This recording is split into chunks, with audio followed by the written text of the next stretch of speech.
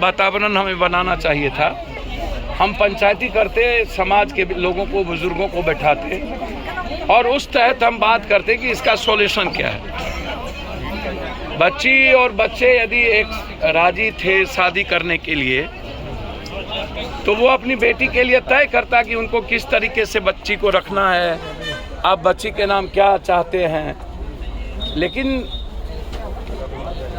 एक मासूम बच्चे का जिस तरीके से ईगो में, अहंकार इसको मैं कहूँगा कि इतना बड़ा ईगो और भीतर में डर ना हो सोसाइटी का, और इस घटना को लेकर के जिस तरीके से बिहार के लगभग यूथ के खास तौर पर अररिया, मधेपुरा, सहरसा, सुपौल के यूथ के जहन में यह बात, इस तरह की चीज़ें जिनकी ये लोकतंत्र नहीं है।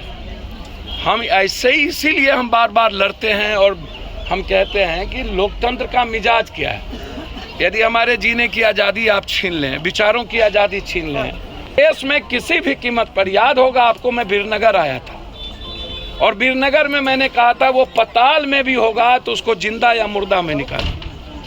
बलात्कार की घटना में हम आए थे, एसपीडी ट्रायल मैंने उसकी करवाई, डिस्ट्रिक्ट जज साहब से बातचीत हुआ, हाई कोर्ट में मैंने डाला।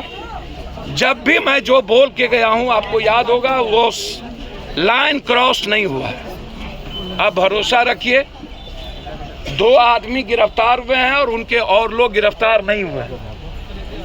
इनमें जो लोग इन्वॉल्व हैं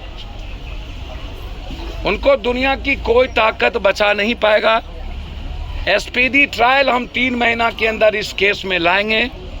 हर परिस्थितियों में बच्ची के न्याय के लिए एक पिता की तरह मैं कोशिश करूंगा उस बेटी को नौकरी मिले। मैं आज से ही प्रयासरत रहूंगा। मैं इस बेटी के जज्बात को, हिम्मत को और इसके सेंटीमेंट को, ऐसी बेटी